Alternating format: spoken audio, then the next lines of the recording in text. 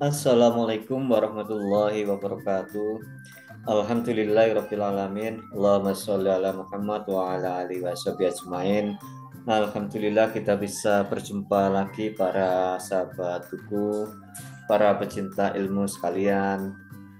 Kali ini saya mereview singkat bukunya Martin Seligman ya, salah satu tokoh psikologi positif. Judulnya Authentic Happiness ya. Buku ini termasuk buku yang sangat laris begitu ya, karena banyak juga diterjemahkan ke berbagai bahasa, salah satu adalah ke bahasa Indonesia gitu ya. Dan ini diberikan subjudul juga, menciptakan kebahagiaan dengan psikologi positif gitu ya. Menarik sekali buku ini karena banyak hal baru yang mungkin belum pernah kita baca gitu ya. Dan sebenarnya buku ini sudah lumayan lama gitu ya, tapi tidak semua orang mungkin memiliki buku ini.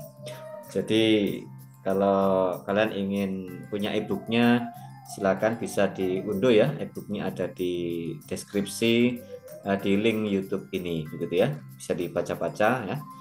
Di HP pun bisa begitu ya. Kita akan lihat ya kira-kira apa konten dari buku ini. Sebelumnya silakan diklik subscribe ya, agar selalu dapat update buku-buku menarik berikutnya, dan jangan lupa untuk di-share ke teman-teman agar juga lebih bermanfaat ya. Oke, kita akan lihat konten dari buku ini.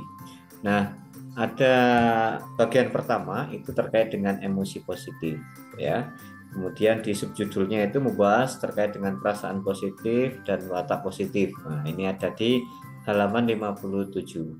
Kemudian ada kuesionernya ya, atau instrumennya ya, terkait dengan 4 tentang emosi. Nah, kemudian dilanjutkan di subjudul berikutnya yang nomor 2 itu bagaimana psikologi kehilangan arah dan saya menemukan jalan saya sendiri. Nah, ini cukup menarik ya, karena memang psikologi-psikologi yang lama kita pelajari itu banyak memandang terkait dengan gangguan-gangguan gitu ya, sehingga lebih memandang terkait dengan hal-hal yang kurang. Nah, di sini lebih pada mengarah pada hal yang lebih begitu ya.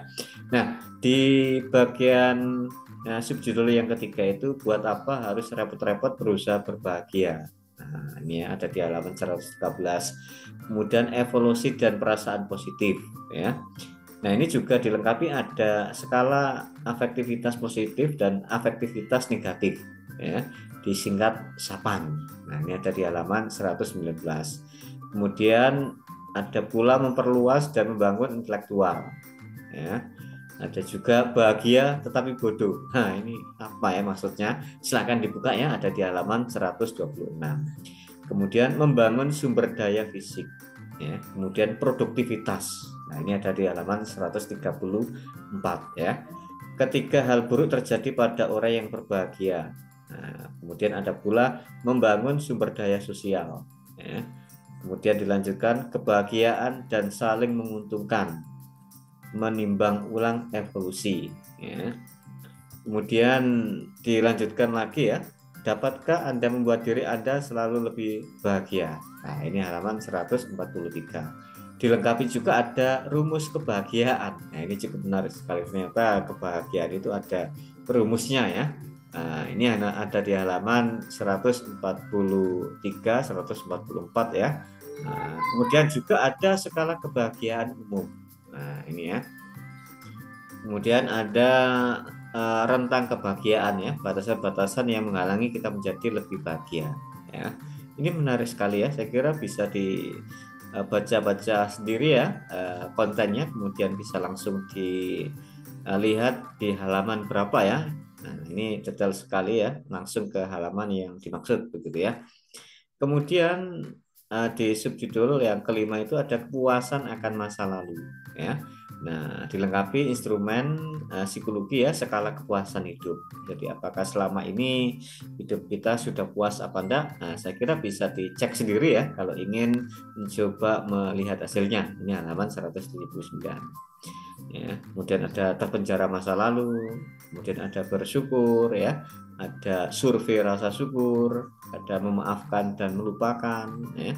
Nah, ada motivasi perlawanan, ya, transgresi, ya. Nah, menarik sekali. Kemudian ada pula cara agar bisa memaafkan. Nah, bagi yang kesulitan untuk bisa memaafkan, saya kira bisa dibuka ya di halaman 211 ya. Kemudian di subjudul yang ke-6 itu ada optimis akan masa depan. Nah, ada tes optimis. Nah, kira-kira kalian ini termasuk optimis apa enggak? Nah, dibuka aja ya, ada instrumennya, ada skalanya ya, halaman 219 ya. Nah, kemudian di subjudul yang ke-7 itu ada kebahagiaan pada masa sekarang. Ya.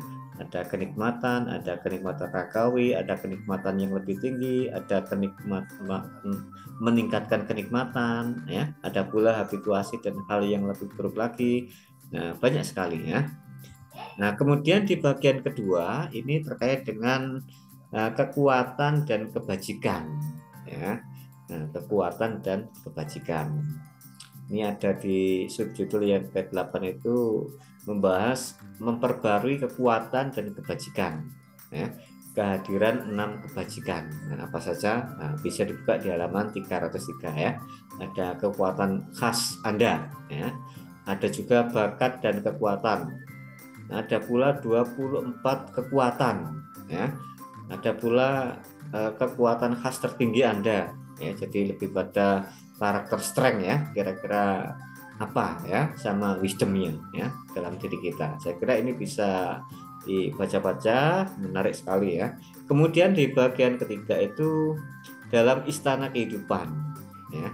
Nah, di sub ke-10 itu membahas kepuasan kerja dan kepuasan pribadi. Nah, kira-kira apa yang kita lakukan tiap berangkat pagi pulang sore ya, yang bekerja itu bisa merasakan kepuasan apa tidak ya. Nah, ini saya kira bisa di tes ya. Nah, bisa dibaca-baca juga. Instrumennya itu ada di halaman 371 ya, survei kehidupan kerja ya. Kemudian judul yang ke-11 itu ada cinta ya. Kapasitas untuk mencintai dan cintai, gaya mencintai dan cintai saat kanak-kanak ya. Konsekuensi dan ikatan rasa aman dalam hubungan romantis. Saya kira ini menarik sekali. Kemudian ada pula terkait dengan membesarkan Anda, emosi positif pada anak kecil ya. Ada pula 8 teknik membangun emosi positif ya. Jadi mungkin yang selama ini kurang dapat merasakan bagaimana emosi positif. Nah, ini ada di halaman 456 ya, 8 teknik untuk membangun emosi positif. Ya, kemudian ada ringkasan ya. Nah, saya kira ini menarik sekali ya. Dan terakhir itu ada makna dan tujuan hidup di 525 ya. Nah, lumayan tebal ya, bukunya kurang lebih sekitar 500-an halaman ya. Menarik sekali buku ini. E-booknya bisa diunduh di deskripsi ya. Link e-booknya di deskripsi YouTube ini bisa diunduh dan dibaca-baca. Saya kira menarik sekali. Terakhir ya, silakan di subscribe. Saya doakan yang subscribe semoga rezekinya lancar, yang sakit semoga sembuh, dimudahkan semua urusan, bahagia di dunia dan akhirat. Amin amin ya robbal alamin. Demikian kurang lebihnya mohon maaf. Assalamualaikum warahmatullahi wabarakatuh.